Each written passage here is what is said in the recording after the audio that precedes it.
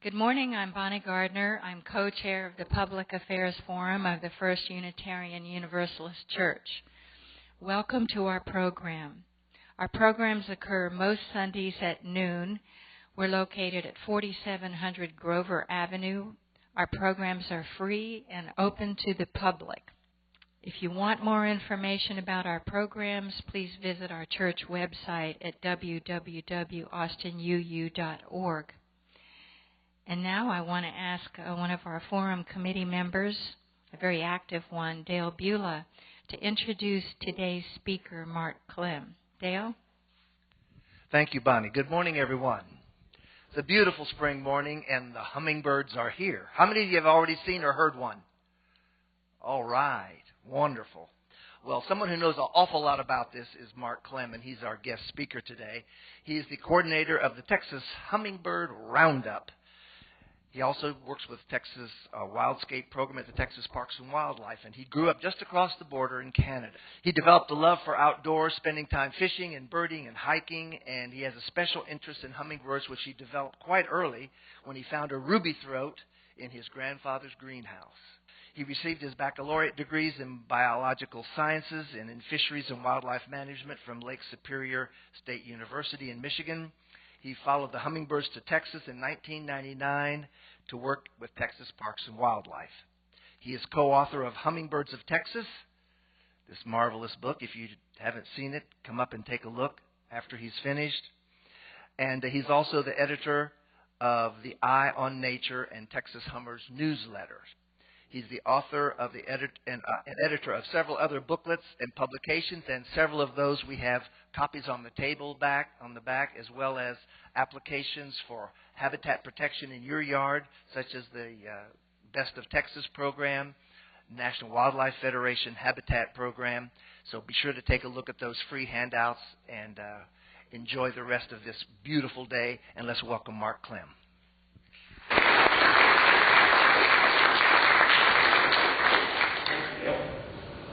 Well, as Dale said, hummingbirds, the migrant hummingbirds are back. We can have hummingbirds here in Texas all year round. They can be here 365 days of the year. There's some gardens right here in Austin that have them right through the winter. But I'm going to talk a little bit about the ones that move around, that are here for a certain period of the year, and what we can do to make it a little bit easier to see them. Was I not on mic? I just picked that up.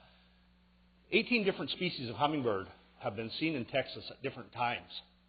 15 of those, at one time or another, have been seen somewhere close to the Austin area. So we've got an opportunity to see a lot of different hummingbirds here. And we can provide very safe, comfortable habitat for them easily. Doesn't take a lot of work to provide good habitat for hummingbirds. We can do it effectively so that they're using our gardens more, we're seeing them more often, maybe seeing them for a longer period of time during the year, and at relatively little expense, especially when you start including the cost of keeping some of those plants that have traditionally been the ones that we wanted to use, keeping enough water on them, enough fertilizers, treating them for pests. It becomes quite involvement. And there's a third one. It doesn't start with an E, so I left it off. It can be very aesthetically pleasing. You can put together a garden that looks very nice to you, to your friends, to your neighbors, that will be used by these birds, and they will be quite happy. Habitat for any animal is something nutritious to eat, something safe, a place that's safe for them to get into, to rest or to hide or to get out of trouble. You know, the other day when that hailstorm was coming in, where did you want to be? What was the first place you were wishing you were if you were out in that storm? You were wishing for home, for some place where you felt comfortable and safe. And these animals are the same way. When they're threatened, they need some place to go where they can feel comfortable. Habitat's something refreshing to drink. And yes, despite what you'll see on the internet, hummingbirds do need something that doesn't have sugar in it to drink. They've got to have a refreshing drink of water. And room to be yourself. You know, I get calls all the time from people, oh, I saw a hummingbird at my feeder, but as soon as I went up to the window to try and look at it to tell what it was, it flew away. Well, what do you do when somebody gets right here and starts talking to you? You back up. We've got to give these guys a little bit of room to feel comfortable. Our goal is a safe, effective habitat with as little impact as possible on our environment. Why are we concerned about the impact? Well, a lot of people don't realize it. 60% of a hummingbird's diet is not nectar. It's insects. It's bugs. It's things that they pick up off the leaves of the trees, or by flying through the air doing these crazy figure eights and back and forth.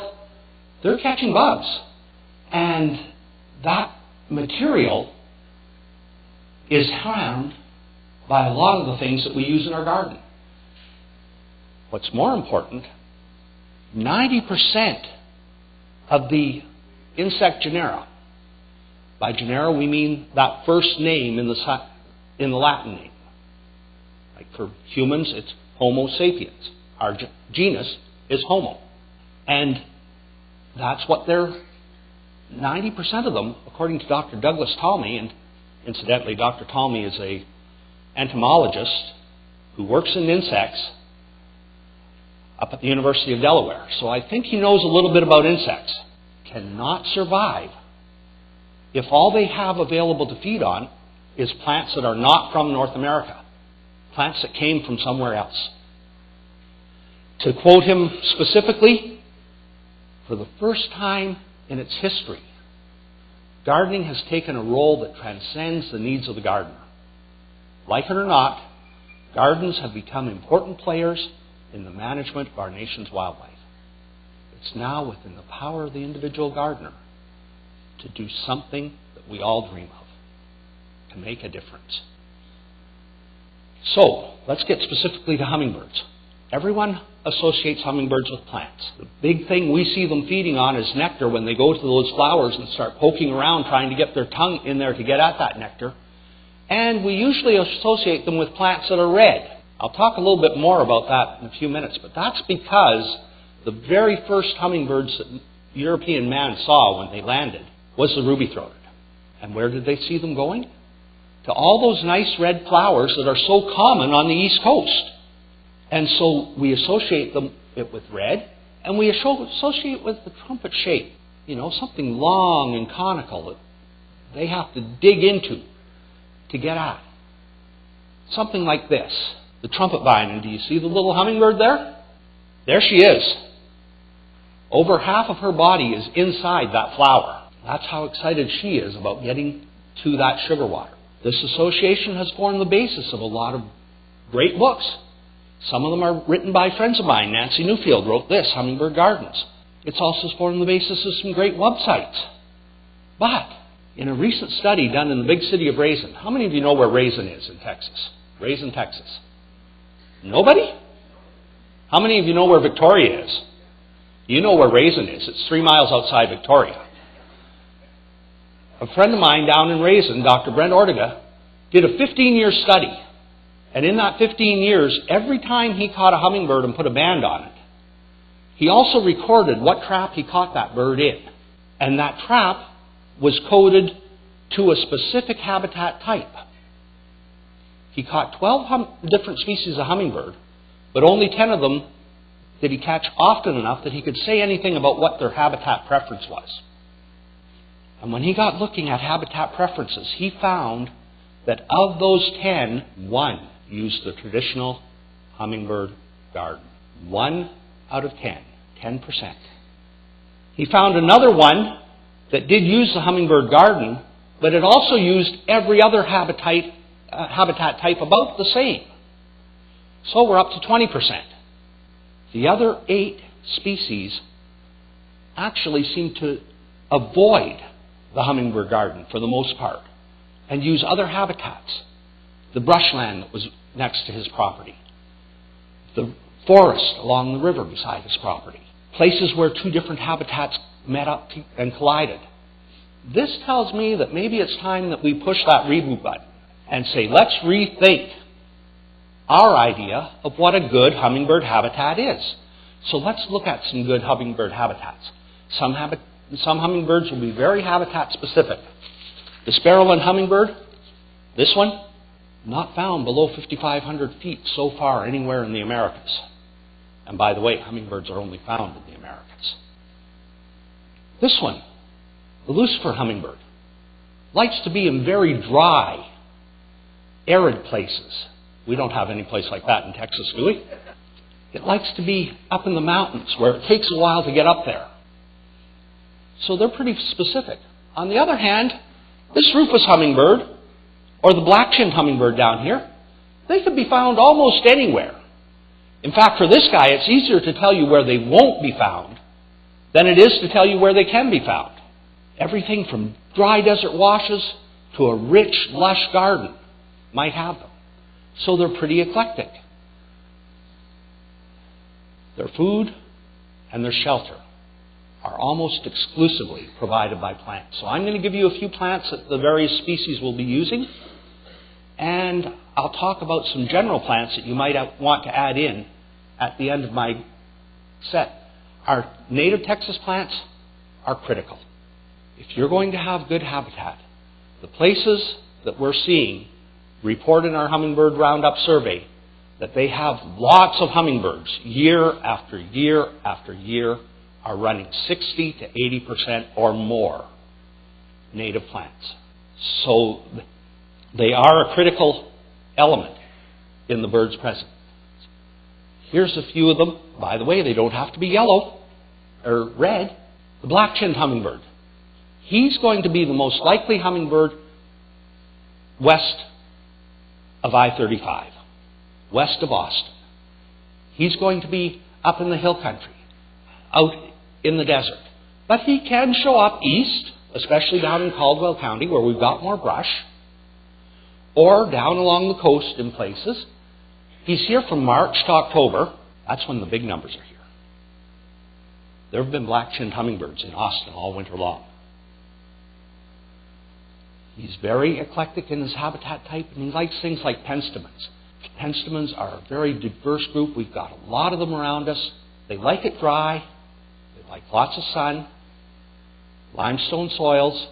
And this particular penstemon here is hill country penstemon. You're going to see penstemon show up again on some other species of hummingbirds. The agaves. You know, that century plant that grows that big stalk and puts off flowers, and then the whole plant dies. Black-chinned hummingbirds love them. It's a very diverse group again. It likes it dry. It likes full light. And it's often found on our limestone soils. Turk's cap. Oh, I got to take a poke at the internet again. You'll find places on the internet that say that the hummingbirds cannot use Turk's cap because the flower is closed too tight. Well, someone forgot to tell that to the spuff-bellied. It's using it pretty aggressively. Turk's cap, historically, it was right along our riverbeds out here. You could find it just walking down along the river, and it's just starting to pick its head above the ground right now. Mesic, moderately wet to wet conditions, according to the Lady Bird Johnson Wildflower Center's website. Now, my own experience doesn't tell me that. I've been growing it for 15 years, and we've been in a drought for the past 3.5 years. And in that 3.5 years, I've watered one of my plants less than 7 times, and it's still blooming and still active. So maybe it doesn't need as much water as people think. Likes it in part shade to full shade. Likes it a little more sandy. It can have some limestone, but it should be sandy or loamy. Salvias. are sages. It's a very diverse group, found throughout the hill country. Likes it dry or moist. Sun to part shade. Likes alkaline soils. This one happens to be a local favorite. Just up on the hill country, you'll start seeing them. That is actually very close to being listed as either threatened or endangered. So you want to be careful. You don't want to be collecting this out of the wild. Buy it from someone who you know is not collecting from the wild. It's usually sold, by the way, as big red sage. Ruby-throated hummingbirds. Notice I've color-coded the plants that they're associated with to the same title color as the bird's throat. Ruby-throateds are the most numerous hummingbird east of the hill country. You'll find some of the older field guides and a lot of websites that will say this is the only hummingbird east of the Mississippi River. They forgot one word. It's the only nesting hummingbird east of the Mississippi River. There's only one state in the United States that has not had at least 2 hummingbird species in it. And that's Hawaii. It doesn't have any. And it won't have any unless someone takes one over there. They're here from April to September in big numbers, but people as far north as Dallas, Amarillo, were reporting ruby-throated hummingbirds through the winter this year. They're associated with trees.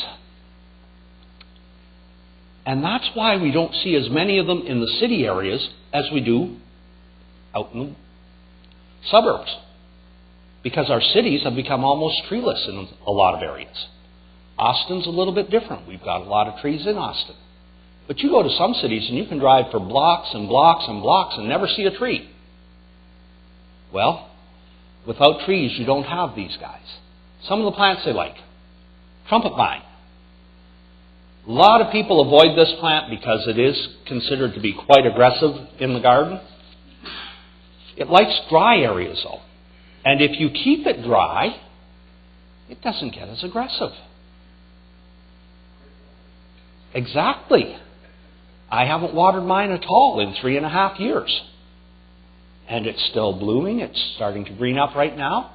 It likes the sun. And it likes well-drained soils. Another salvia.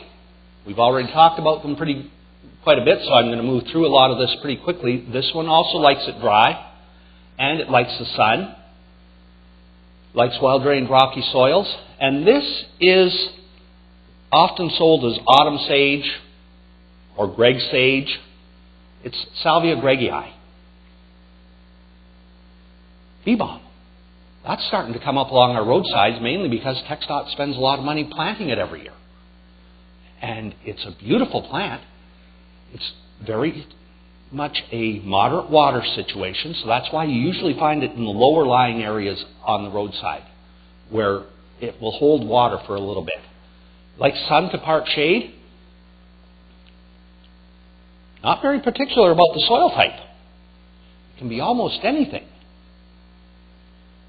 Our columbines. We have 2 primary colors in Texas, but they can come in different combinations, and so you get a lot of variety in the color that you can find in Texas. Dry to moderately wet soils. It's a very drought-tolerant plant. It likes the shade, and it likes it sandy. Has to be red, right? If a ruby-throated hummingbird's going to go to it, it's got to be red. Well, this is their favorite in my garden. It's Esperanza, or yellow bells. Likes it dry. Sun to part shade. Well-drained, rocky limestone soils. Here in Austin, you may have to treat this as a semi-tender perennial that dies back to the ground every year. You've got to cut it off those dead canes, and the new growth will shoot up. The rufous hummingbird. This is one that a lot of people don't see because they take their feeders down too early. It's the bully. He comes in from the north, but I'm sorry, he nests as far north as Fairbanks, Alaska, British Columbia, the Yukon Territory. You get down to Oregon and Washington, you're getting a little bit too far south for him. If you just walk from Fairbanks, Alaska to Austin, I think you'd protect your food too. And that's exactly what he's doing. He's a nice reddish-colored bird. All across Texas you can find him. And notice when he's here, no, those months are not backwards. He's here from July to April. And he's been seen a few times in May and June too. He likes plants like scarlet gilia. Now, you will not be able to grow scarlet gilia here in Austin. We're too wet for it. It's a Chihuahuan desert specialty. You'll see it out around Fort Davis, Big Bend, those areas. Very dry soil plant. Likes the part shade. Like sandy, igneous soils. Penstemons are popping up again. Limestone bluffs are where they're usually going to occur. Dry places. Sun to part shade. Acid soils. And this one happens to be rock penstemon, a very common one on the Edwards Plateau, found as close as Austin. Now there's salvia popping up. This guy likes it under the juniper trees. You know, those exotic juniper trees that have been around for at least 1,600 years. Likes it dry. Likes part shade. For some reason, I don't know why, it likes the heat. And it likes limestone, sandy soils. And if it's found under the junipers, what do you think we're going to call it? Cedar sage. Paintbrush? Everybody knows right now that they're found on our roadsides. They're literally all over. I couldn't believe the color I was seeing going east from Austin into Bastrop yesterday afternoon. It was just amazing. Relatively dry to moderately dry soils, sun, sandy clay, and I'll also talk a little bit about the broad-tailed hummingbird. He's not as common as the other two, but he is possible in the hill country year-round. So I'm going to mention him as well. A lot of times people tell me that's a ruby throat. I don't know why. If you look at that tail, it's about twice the size of a ruby-throated tail. It's a huge tail. And the throat is actually a scarlet color rather than a ruby color. The whole bird, because of that tail, looks larger. It likes penstemons too, and I've got another one here. This one's found on the rolling plains down to the Gulf, so I wouldn't be surprised if it's called Gulf penstemon. Likes the sun to part shade. It's calcium-rich clay. Oh, it's prairie penstemon, which is also called Gulf Coast penstemon. Columbine. This one's a southern gold, or southwestern yellow columbine. Moist places in the Chihuahuan Desert. So it needs a little bit of water. It can do okay here. Moderately wet soil, shade to part shade, and sandy areas. Texas betony. This is one of Dale and Pat's favorites. Moist crevices, steep slopes, canyons. You don't want this guy out in the sun too much. It likes it moist, and it likes part shade. Wait a minute. That's neither red nor trumpet shaped. And yet these hummingbirds love Huisache. please, if you want to keep your neighbors friendly, don't plant it if someone's got a pasture nearby, because they'll absolutely detest you for it. Another one, neither conical nor red, but it's a very common plant. It's native to the Rio Grande Valley, but it's been moving constantly north over the years. Xeric to moderately wet, sun to part shade, drought and heat tolerant, well-drained soils. The other thing you want to do is you want to make sure you've got a lot of plants in there that create, by layering, shelter all the way up, from the ground cover right up to the top of the trees. Now please don't do that right across your garden. You'll have your code enforcement officers knocking on your door within a day or two, asking you if you've lost your lawnmower. But clusters of plants around your garden that create different layers that these hummingbirds can get into will make them much more comfortable. They'll start moving around your garden more instead of just coming in, grabbing your feeder, taking a quick drink and disappearing. Or coming in, hitting a flower and gone. They'll spend more time moving about your garden and you'll enjoy them more. By using these native plants, we make it more comfortable for them. The other big concern is water. The places that had hummingbirds last year, in any numbers, had water out there for them. The places that were calling me saying, "Where are the hummingbirds?" were the ones that didn't have water. These guys love it. If she didn't need a drink of water, she wouldn't be flying through this mister with her tongue out, trying to catch a drink. It's got to be safe, clean, and available. You know, I grew up in the era when it was the thing to do on Thursday night was come home, sit down in front of the TV and watch Mutual of Omaha's Wild Kingdom. Where did Merlin always find the animals? At the waterhole. Where does Jack to this day still find the predators? At the waterhole. You've got to make this thing safe. Misters and drippers are ideal. A water wiggler in the bird bath that gets that water moving makes it more attractive to them. We're providing these hummingbirds with safe shelter, with plants that they understand, that they're used to, that they've been coming to for centuries. And we're doing it with plants that don't have to be watered every other day during the summer, that can tolerate a little bit of heat and dry. And I'll take your questions. Thank you, Mark. We have a question from Dale.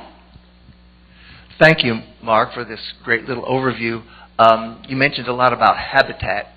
I'm curious, not only with hummingbirds, but with your wildscapes program, you are concerned about other types of wildlife as well. Our climate seems to be changing. What kinds of things can we do to help mitigate some of that climate change for our wildlife?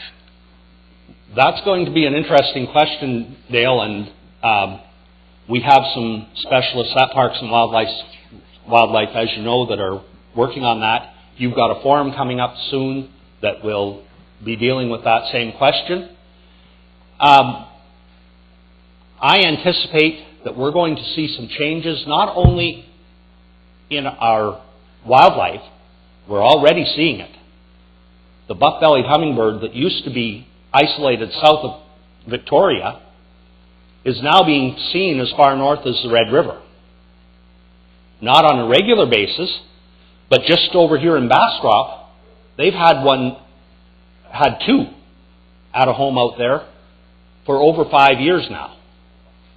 Every single day. So those birds are definitely settled in. We're going to see some change in our flora. We will probably find some species of plants that we've been using, maybe even some of our natives, that will no longer grow well here. And we'll probably find some plants that we usually associate much south of us, Huisache, Anaqua, or Texas wild olive, that begin doing extremely well in this area. We know at least one hummingbird species has already started a definite range expansion. Maybe two if you consider the rufous and the amazing range expansion we've seen from it in the winter months. It's now being seen in the winter as far north as Minneapolis, Minnesota. Maybe we're going to see more that are going to change their ranges. We've got 3 species that are literally right on our border that we could see in Texas almost any time.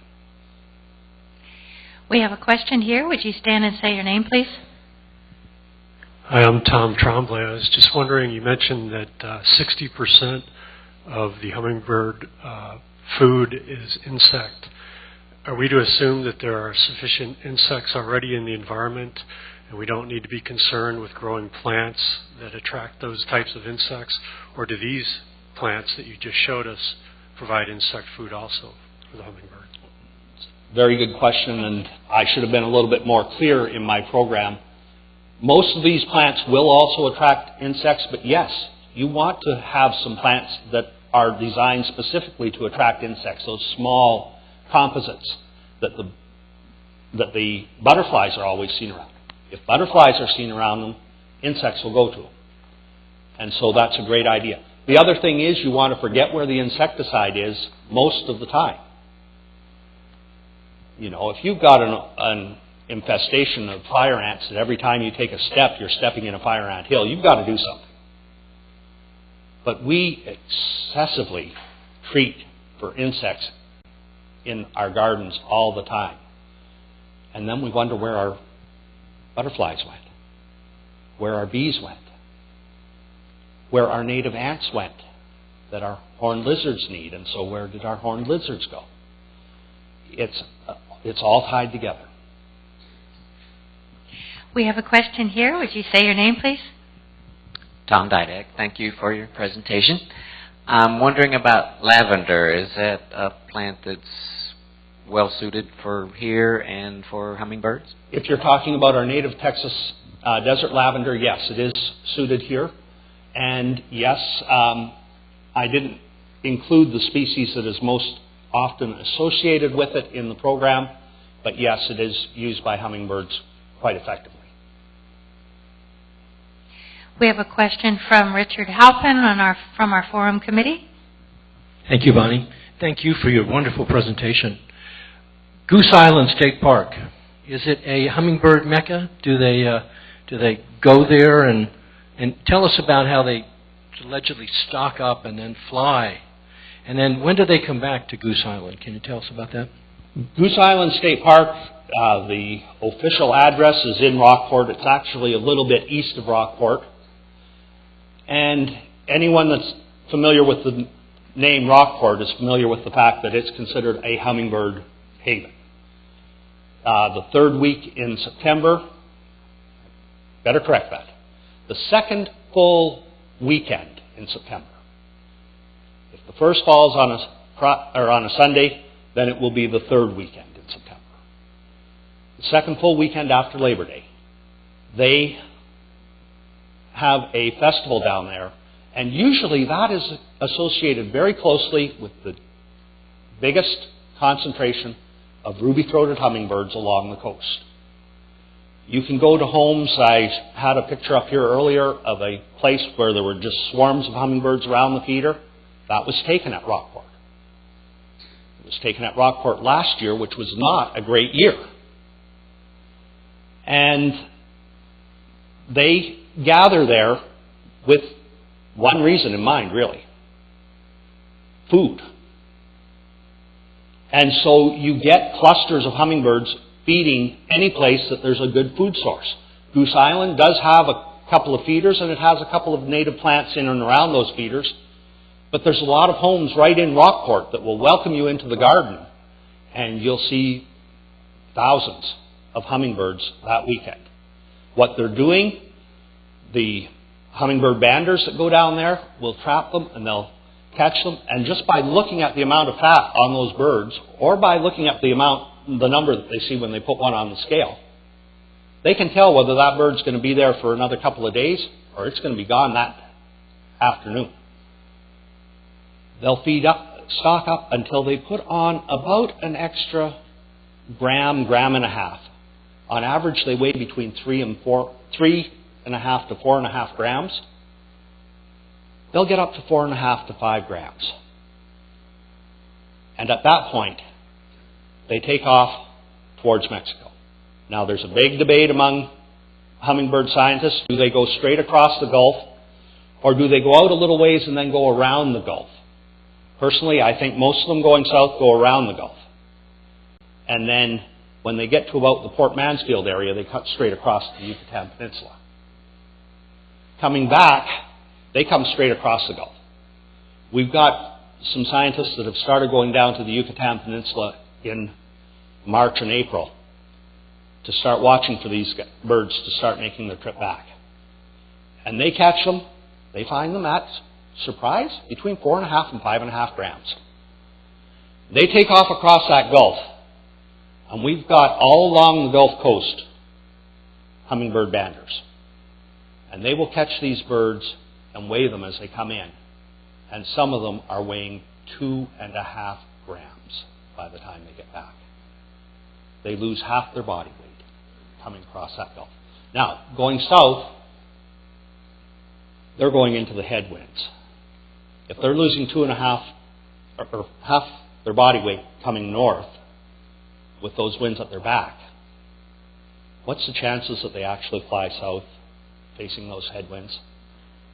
It doesn't make sense. We have a question from Douglas Bauer. Thank you again for an excellent presentation.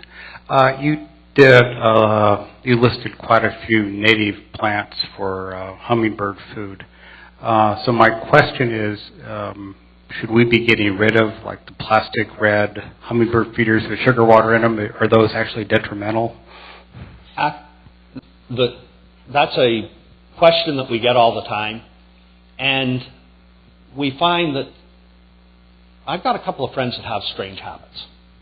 One of them runs around with these little pipettes that you used in your chemistry class when you were in high school. He runs around with those in his pocket. And anytime he finds a hummingbird-like flower that he hasn't tested the sugar concentration on, he'll run over, pull out one of those pipettes, siphon a little bit of it out, run back to his lab, put it in the centrifuge, and see what separates out. And the two things that consistently separate out are sugar and water. Oh, he might find a few minerals, but they're the minerals that were in that particular soil. That same plant growing 2 yards over might have a totally different mineral concentration. He'll find a few vitamins, but again, they're associated with either the soil or the insects that are decaying in that plant because they've been trapped in the nectar. And so the conclusion I reach is that nectar is essentially sugar and water. And providing it in excess may cause more hummingbirds to be concentrated in the location than normal, but is not going to cause any detriment to them. Within reason. If you're running your feeders consistently at a concentration of 50% sugar, which would be hard to dissolve anyway, but if you're running them consistently at 50% sugar, you may be doing some harm. But if you're running them consistently at 20 to 25%, which is 3 to 1, 4 to 1, you're okay. We have a question from Pat Beulah. Thanks, Mark. Do you have a list back here or on the web a list of plants that would be good for Central Texas, so that we can have something to take home to remember, because this is a great overview, but we need something concrete to hold on to. Thank you. The best list I have is actually in the Hummingbird book. I would be happy to put together a list, and I'll email it to you. And Dale, if you could have it out at the next forum, that would be great. We have a question here. Greg Markley. Yes, thank you for your presentation. I just recently moved back to Austin, and I noticed in the neighborhood a couple of the backyard habitat signs. Can you tell us what that program is about? Well, that program is separate from the Hummingbird Roundup, but it's very similar. In the Hummingbird Roundup, I try to encourage people to move back to the native plants, and that program does the same. It's based on providing food, shelter, and water. Most of us can't do anything about space except don't run up to the window and try to get a close look at the bird when it gets close to your feeder, for wildlife, with at least the same thing that would get you elected, 50% plus one, native plants. So I have to see that there's a majority of native plants in there, that you're providing food, shelter, and water, that food is available year-round, that the water's available year-round. Shelter, if the leaves drop off the trees, it's a little more open, but the birds still have the branches to get into. So we assume it's going to be there year-round if it's there at all. And then we ask that you maintain that for the animals, for the wildlife, but also to enjoy it yourself. And an even bigger and greater importance, within a few years, that lake out here is going to be struggling to provide water for anyone, let alone for the city of Austin as a whole. If we can get to plants that don't need as much water, studies by the Environmental Protection Agency tell us that 30% of our water use goes on our gardens. 30%. Sorry, 30% is used outside, and 70% of that 30% is used on our gardens. That's just frightening. If we can reduce that a little bit, if we can get down where we're not having to water the plants all the time, maybe we can save a little bit of water and have some for next year. Mark, I know we've had a problem with West Nile virus emerging from certain kinds of mosquitoes. Do hummingbirds help control mosquitoes, and especially West Nile virus mosquitoes? Well, most of the time that mosquitoes are active, your hummingbirds are finding someplace, some tree limb or shrub or brush that they can get into, and they're trying to sleep. But mosquitoes begin getting active about a half an hour before dark. Hummingbirds are very active a half an hour to 45 minutes after dark. So there's about an hour in there that they would be feeding on mosquitoes if they happen to be available. And there's the same hour in the morning that they'd be feeding. We have plenty of time for more questions, so do any of you have one that you've been mulling over? Okay. Catherine.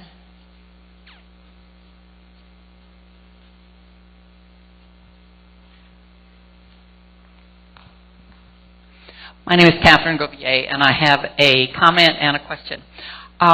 We haven't had any rain lately, so I haven't had any fire ants. But you go into Lowe's or Home Depot and you see all this fire ant killer.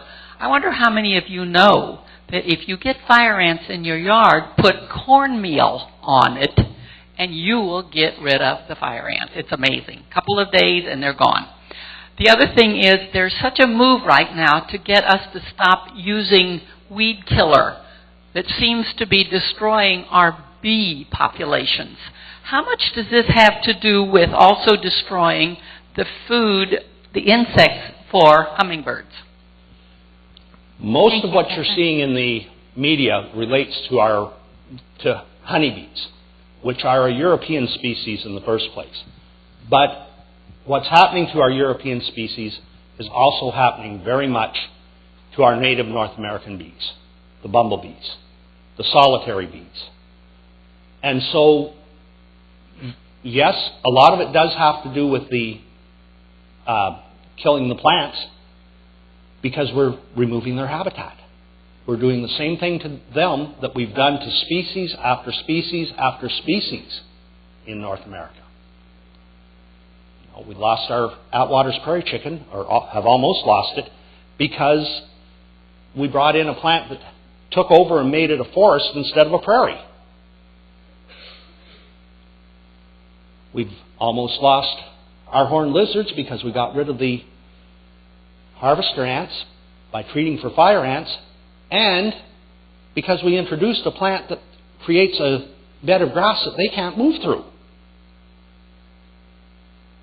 And so they don't have those little trails that they had through our native grasses. So yes, getting rid of the plants is a big part of it.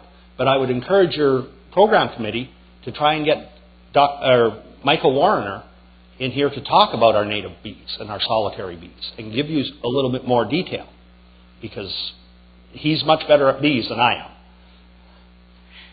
We have a question from Michael West. Thank you, Bonnie. Mark, thank you for coming today. One question I didn't mull over a bit, but occurred to me. We have feeders, a couple of feeders in our backyard. When we clean them out, they're filled with ants. Any suggestion for that? And question number 2, we have hibiscus and bougainvillea that died due to the most recent freezes. We really want to bring back some life and color, but what do you suggest, either instead, or is one or other of those actually a good idea? Thank you. Well, we do have some native hibiscus plants, and I would encourage you to look towards them. Also, the Turk's cap is in the hibiscus family. It's a very similar species. It doesn't have that great big showy flower, but it's got a similar flower and a similar flower structure. As far as our native hibiscus goes, that Star of Texas, you can't get much bigger, showier than that. Bougainvillea. Are you using the bougainvillea because of the structure of the plant or because of the color and shape of the flower?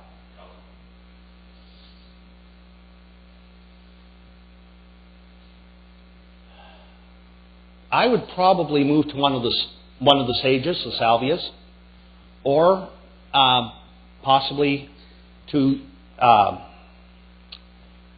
trumpet vine or crossvine on a structure to get it up off the ground. Both of them would work very well. And I'm trying to remember the other question. Ants. Everybody's plague. You can get these fantastic little cups that you can hang just above your feeder and hang your feeder below it. Keep them filled with water, but I know you start putting water in something that's about that wide and that deep and going to work during the summer, you're going to come home and it's going to be bone dry. It's about the only time that I'm going to recommend it, but try putting a drop or two of mineral oil or a drop or two of vegetable oil on it. That will slow down the evaporation. You can probably get through the day before it's going to be dry. If you don't want to use them, you can get an upside down bell that has a plate underneath it. Hang that, and if they are getting past that, which most people say they won't get past that on their own, if they are getting past it, up underneath you can put a little bit of Vaseline. Don't put it out where the birds can get at it. Put it up underneath where the only thing that's going to get at it is the ants. And that'll stop them. Treat the area right around the ports with a little bit of peppermint oil. That'll cut down on the ants getting by it too. We have a question from our forum co-chair, Leslie Kearns. Hi, yes, I wonder if you could just go over a little bit more detail about having a hummingbird feeder. when you put it out, how often you change it, and you said something about the ratio of sugar to water. Any other instructions about how to best do that? Sure. The hummingbird feeders can be out year-round here in Austin. And really, if you have a hummingbird late in the year, don't take your feeder down, as long as that bird's there. You're not going to force that bird to migrate. You might force him to find another yard close by, but you're not going to force him to migrate. If he's not ready to migrate, he won't. And so, by keeping your feeder up, you're preventing a situation where when we get some of those freezes we've had the last few weeks that have knocked every flower off of your plants, they've got something to go to for food. I run my feeders at 4-to-1 most of the time, 4 parts water, 1 part sugar. The easy way to remember that, you've got 5 digits on your hand, 4 fingers and the thumb, and the baby sucks on the one that's sweet. So it's 4 parts sugar, or 4 parts water, 1 part sugar. When we have a series of rough weather coming in, or when they're getting ready to migrate, I'll drop down to 3-to-1. Just to give them that little bit of extra energy that they need. I change my feeders most of the winter. I change them about every 4 to 6 days. When that temperature starts getting to where it's not dropping below 70, 75 at night, I start going to changing them every 2 to 4 days. When we get into a situation where that temperature is not getting below 100 at night, I change them every day. You've got sugar, you've got water, you've got yeast in the form of mold that's naturally in the air, and you've got heat. Has anyone ever tried to put that together with a little bit of fruit juice? You get wine. We don't want that alcohol building up in the container. And the birds, well, we had our drunk robins a couple of years ago and lost a lot of robins because of some collisions that they had. So you want to be very careful about that. I clean my feeders most of the time just by running a very heavy stream of water through them. If that won't do it, I'll take a brush and brush any mold that I see. If they get really dirty, I'll put them in a soap and water wash. I'll wash them. I'll rinse them. I'll rinse them again. I'll rinse them a 3rd time.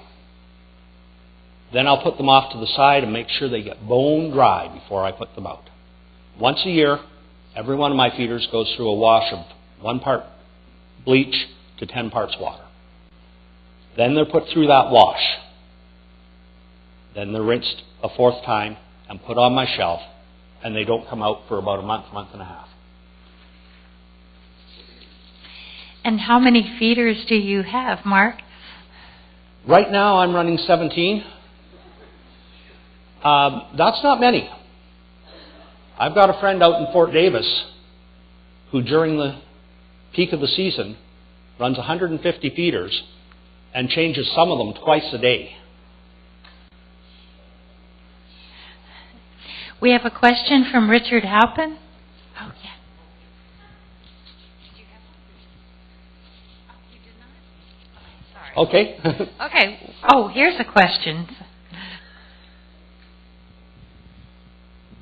I just wanted to clarify your water use statistic. You said that 30% of water use is outdoors, and of that 30%, 70% is in the garden. That's according to the EPA. And does that mean that the remaining 30% is for the lawn?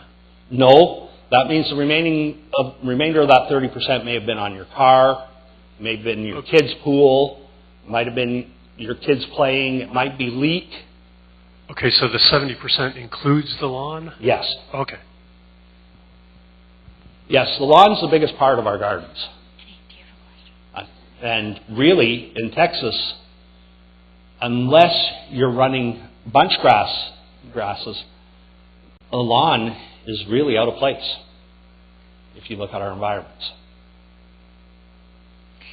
Are there any more questions? We have about 4 minutes to go. Nancy Bellows.